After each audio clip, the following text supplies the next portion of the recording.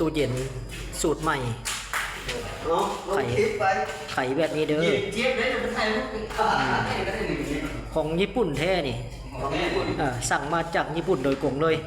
เอาอัดมึงดูบ้านนี่เอาเข้าอัดคืนมึงดูโอ้ไม่ใช่กำลังความเย็นเพียบเนาะความเย็นเทียบเสียดายเบิ้งโอ้ไข่ออกแบบนี้รุ่นใหม่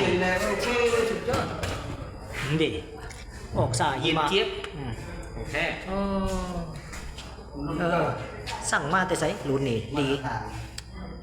โบแมนฮอต50 ปีแล้วบ่เนี่ยสเตนดาร์ดเคแบนโอ้อัดมึงดูบ่เนี่ยของแท้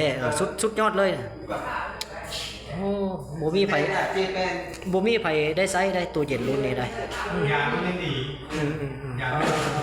ตัวเซลล์ก็ดูเซลล์ก็ต้องแบบรุ่นเดียวเลยที่พ่อเซลล์พ่อน่ะหาซื้อยากได้ตัวเย็นไข่แบบนี้โอ้ย